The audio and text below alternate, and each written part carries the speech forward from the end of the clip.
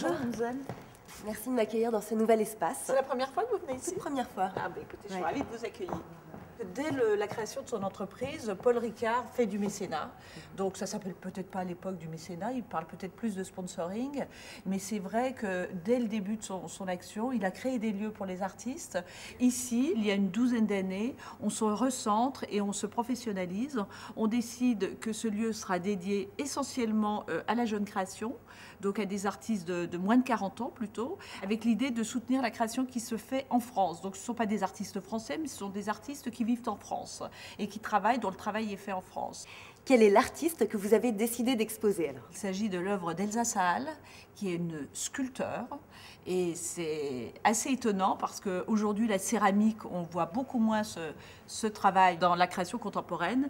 Et on a eu envie de montrer que ce matériau classique peut produire des formes extrêmement contemporaines, comme c'est le cas ici, devant cette œuvre étonnante. C'est du grès, c'est de la terre, en fait, qu'elle sculpte elle-même, qu'elle malaxe elle-même. Le titre de cette œuvre, c'est Grotte généalogique. Donc c'est une pièce de 2006. Quand on se penche dans l'œuvre, on voit qu'il y a énormément de choses, des stalactites, des stalagmites. Et en même temps, on voit quand même qu'il y a beaucoup de formes qui peuvent peut-être même faire penser à la maternité. Elle dit que cette pièce, elle l'a faite quand elle était enceinte. Ça, c'est pour la petite histoire. Pourquoi Elsa Sahal?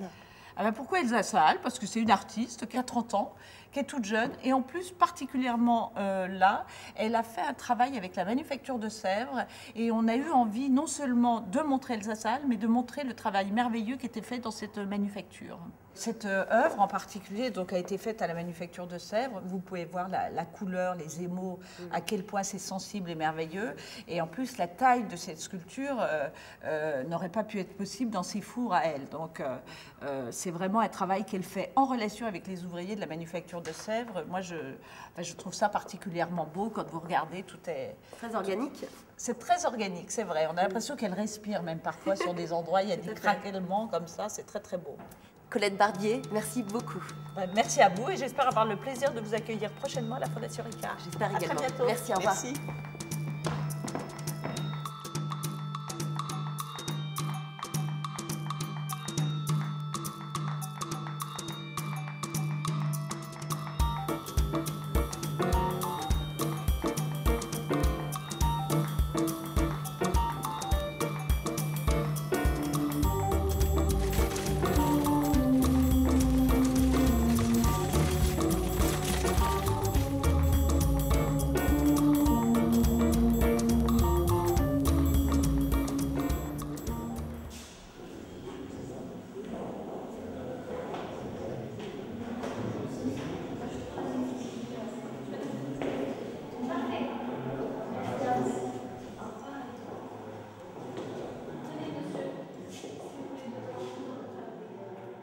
Kamel Menour, j'ai 42 ans, je dirige la galerie au 47 rue Saint-Henri-Exart et nous avons actuellement une exposition de Daniel Buren. F-Galerie, c'est traduire des utopies ou en tout cas des envies, des choses qui sont virtuelles quand tu rêves la nuit et essayer de les cristalliser, de les rendre réelles. En tout cas, moi je viens d'un milieu très modeste, je n'étais jamais rentré dans une galerie à 23-24 ans. L'artiste nous rend visible des choses qu'on ne voit pas nous, individus lambda. Donc, en tant qu'individu lambda, moi j'ai envie d'être au service de ces artistes. Daniel Buren, il y a 2-3 ans, quitte sa galerie et j'entends ça dans une soirée en me disant « Tiens, voilà, Buren n'est plus à la galerie Pierre-Paul Jacques ». J'ai demandé un déjeuner qu'il m'a accordé avec du temps. Et lors de ce déjeuner, je lui ai dit que Daniel Buren n'avait besoin d'aucune galerie. Daniel Buren se suffisait à lui-même, mais que je pouvais être une sorte de Sherpa, un accompagnateur dans ses projets, que ce soit dans le cadre d'une galerie ou dans des projets hors les murs. Un mois plus tard, il m'a rappelé pour me dire si j'étais toujours intéressé. Ça m'a fait sourire, puisqu'il aurait pu me rappeler 3 ans après. Et donc, on a convenu d'une collaboration. Et ça fait 2 ans et on est tellement... En tout cas, je suis très heureux et je pense qu'il l'est aussi.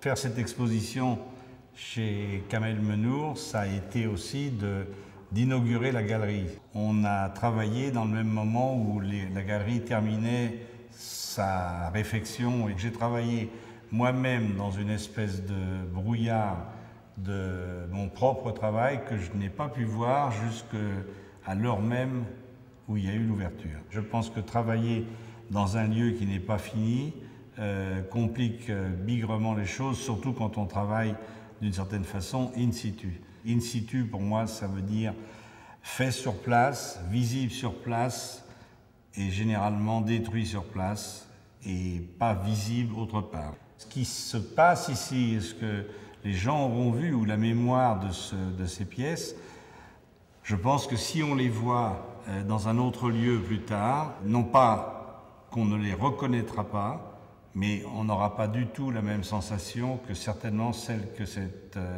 façon de le montrer ici, qui est unique et qui ne se redégagera jamais. Parce que les pièces ne sont d'abord jamais plus ensemble. Ensuite, elles travaillent sur une utilisation du mur qui peut être sur des murs beaucoup plus grands ou beaucoup plus petits. Et donc, ce qu'on aura sous les yeux sera évidemment un autre type de travail. Cette exposition, finalement, est une espèce de possibilité de rendre très sensible le côté éphémère, alors évidemment de mon travail, mais évidemment aussi, je pense que l'art par définition est éphémère.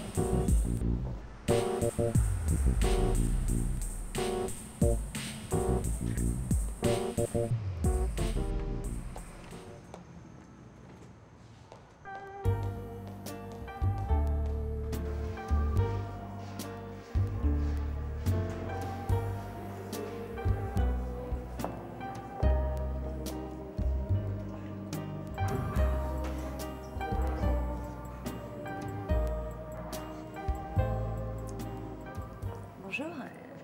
Qu'est-ce que cette œuvre vous évoque?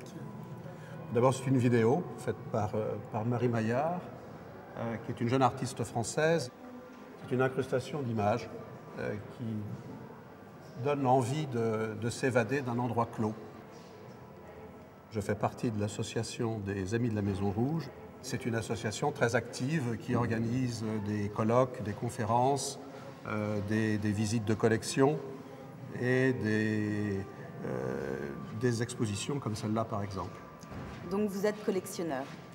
Donc je suis collectionneur. Jean Marais, catalogué comme collectionneur, et je dément ma folie, comme le dit Charles Dreyfus. Je n'ai aucun intérêt pour ce qu'on considère en général comme étant le beau, le joli. Par exemple, les impressionnistes m'ennuient beaucoup, bien que je les trouve très, très beaux. Ça ne m'intéresse absolument pas. Ce qui m'intéresse, c'est l'impression de rencontrer une question ou un objet qui me dérange. Et à partir du moment où il me dérange, il m'intéresse. Alors Charles Dreyfus est un artiste poète qui utilise des objets qu'il trouve dans les salles des ventes, mais plus dans les marchés aux puces, et auxquels il attribue des phrases qui sont soit des jeux de mots, soit des palindromes, soit des aphorismes. Un des chefs-d'œuvre de Charles Dreyfus sont ces horloges qu'il appelle temps-danse. Alors c'est un objet de Charles Dreyfus qui est composé de deux objets distincts. Il y a un objet non identifié et un second objet non identifié, et qui, accouplés, donne cette œuvre qu'il a nommée « L'abus jusqu'à plus soif ».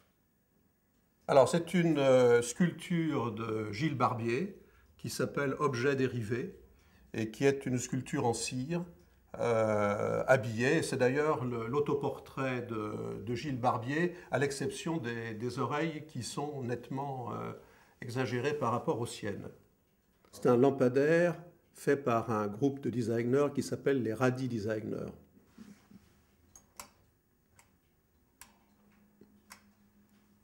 Voilà pourquoi elle me plaît. C'est un moyen d'expression extraordinaire quand on n'est pas artiste, de s'exprimer au travers des œuvres des autres. Il faut bien sûr de l'argent pour pouvoir s'offrir et pour pouvoir créer une collection. Et je reprendrai volontiers la phrase d'Antoine de Galbert, comme quoi l'art rend l'argent intelligent.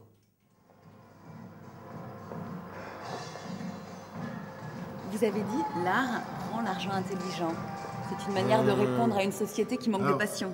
J'ai dit ça, mais est-ce que l'argent peut être intelligent? Je pense que la société idéale est une société sans argent, où tout le monde pourrait vivre selon ses besoins, mais effectivement, ça rend l'argent un petit peu moins vulgaire et matérialiste. Disons que ça donne une valeur à l'argent qui est autre, voilà, plus abstraite. On va voir l'expo? Oui, très bien. C'est la première salle de Pilar Albarracín. C'est une installation qui regroupe environ 300 ou 250 robes de flamenco. Et c'est un hommage, c'est un clin d'œil un petit peu aux traditions du sud de l'Espagne, où les femmes accrochent leurs robes dans les églises, je ne sais plus pour quelle fête religieuse. Ouais. Et donc ça, c'était un travail incroyable, on ne se rend pas compte, mais il y a 300 robes, ça représente un poids colossal, et on voit apparaître que le jupon, finalement, alors que la robe est entière. Et donc ça donne une impression. Quand même. D'accord. Oui, là, il y a des cintres, tout ça est masqué pour le public. Et le résultat final, c'est une sorte d'œuvre abstraite, comme ça, avec 300 jupons. Alors là, il y a une vidéo qui est très drôle, parce qu'en fait, c'est aussi une œuvre assez humoristique. Donc là, elle fait une tortilla, qui est le plat, un des plats emblématiques en Espagne, avec des morceaux de sa robe. Donc là, elle se moque en quelque sorte de la ménagère espagnole. C'est très parlant. Donc il y a plusieurs vidéos, certaines qui sont projetées sur des murs, certaines qui sont diffusées par un moniteur comme celle-ci. Que signifie Alors celle-là, il y a plusieurs interprétations possibles. Après, c'est à vous à lire ce qu'elle écrit, etc. Mais grosso modo, là, elle danse avec une outre de vin.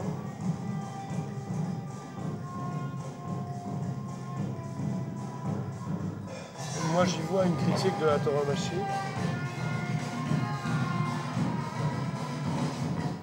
Et ça va en s'empirant. Ensuite, elle est baignée de vin, donc de sang. Après, c'est toutes les métaphores sur Une des préoccupations de la Maison Rouge, c'est de montrer des œuvres d'art un petit peu plus subjectivement que dans l'institution, qui a une obligation d'exhaustivité et d'histoire de l'art. Ce qui m'intéresse, c'est l'universalité de ce qu'on peut montrer, c'est-à-dire les relations avec le passé et avec l'avenir, avec l'art contemporain, évidemment. Antoine de Galbert, merci beaucoup Merci pour cette beaucoup. visite. À bientôt. À bientôt.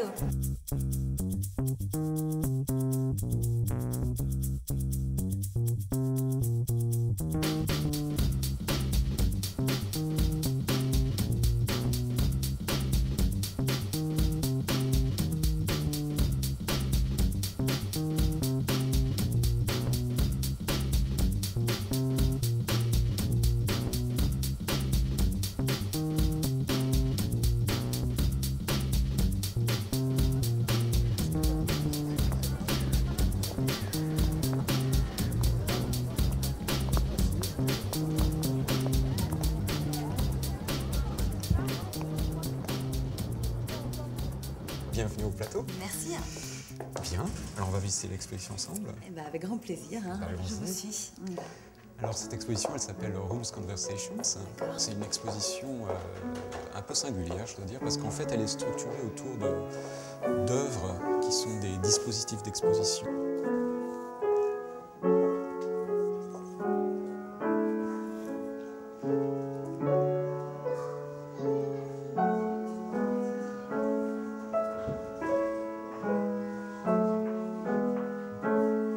C'est un morceau de Friedrich Nietzsche.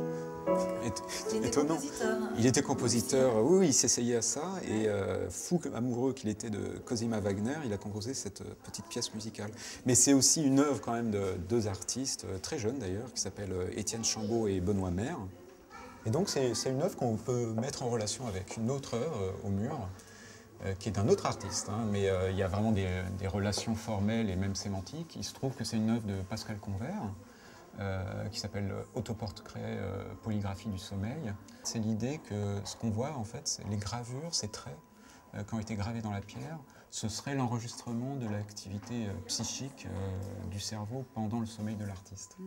Voilà. On voit bien plusieurs phases. Ouais, là, notamment...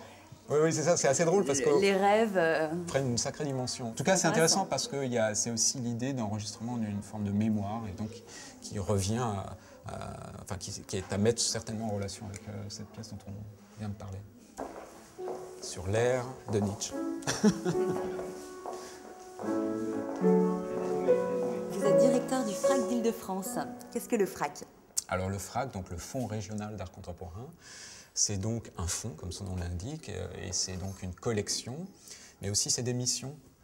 C'est des missions particulières qui sont évidemment de mettre en place des collections tournées vraiment sur l'art contemporain, sur les jeunes artistes en particulier, les jeunes générations, mais c'est aussi une mission de diffusion. C'est-à-dire que contrairement au musée où il y a un lieu spécifique où on attend le public, les FRAC qui ont été créés au début des années 80 l'ont été dans cette idée de collection en mouvement, c'est-à-dire de collections qui vont être montrées dans des lieux qui ne sont pas forcément ceux de l'art contemporain, pour toucher notamment de nouveaux publics.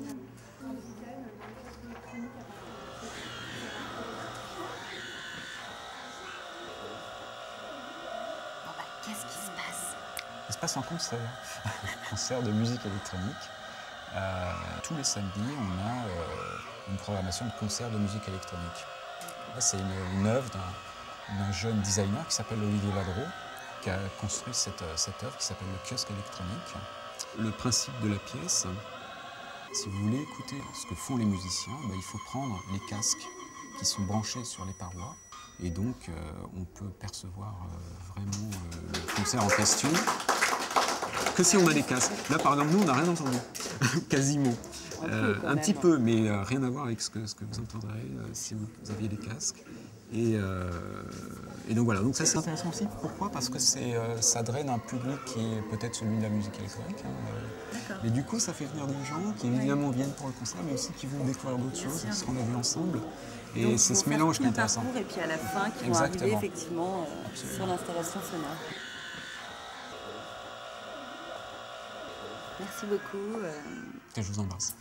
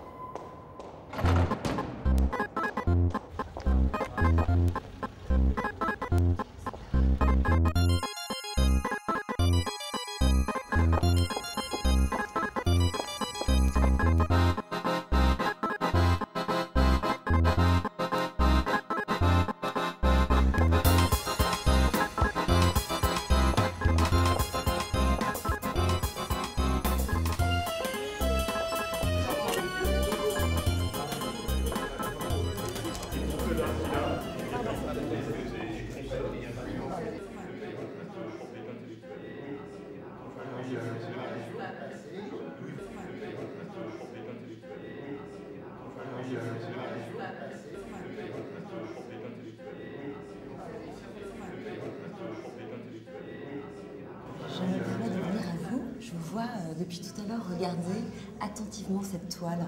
Oui. Alors je voulais savoir qu'est-ce qu'elle provoque en vous. Beaucoup de choses, hein. Beaucoup de choses. Alors, il y a ce sujet-là, évidemment, qui est quand même très fort. Hein. C'est une descente de croix, hein. Empruntée à Rembrandt.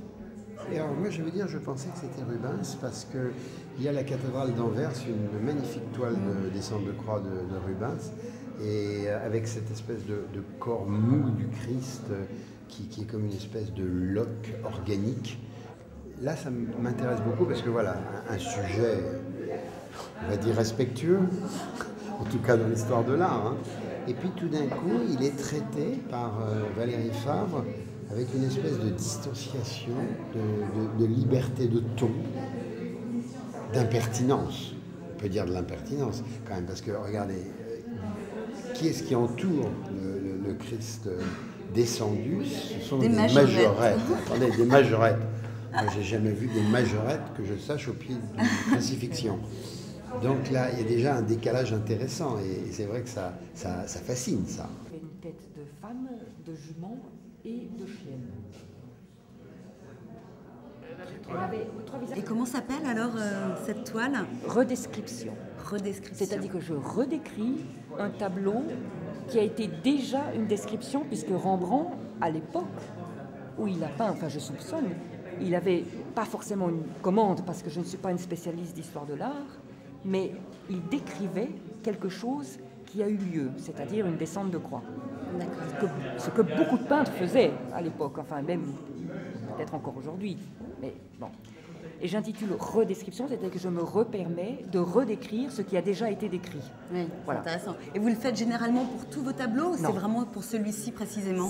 Ces deux-là, eh bien c'est exactement le même tableau, enfin la même base, mais au lieu d'avoir des personnages tirés des mythologies d'autrefois et des dieux égyptiens et tout ça, ce sont des femmes. Des majorettes. Exactement. Et qu'est-ce que c'est les majorettes? Ce sont des femmes qui sont des soldates, mais vues à travers les yeux des hommes. Parce que moi, je n'allais pas prétendre faire la morale et dire dans mes tableaux, voilà, si, les femmes, etc. Parce que vous savez aussi dans la peinture, disons, dans le milieu de l'art contemporain, heureusement, les choses ont beaucoup évolué, et heureusement. Mais bon, dans la peinture, c'est encore des derniers lieux. Il faut quand même encore affirmer des choses en tant que femme.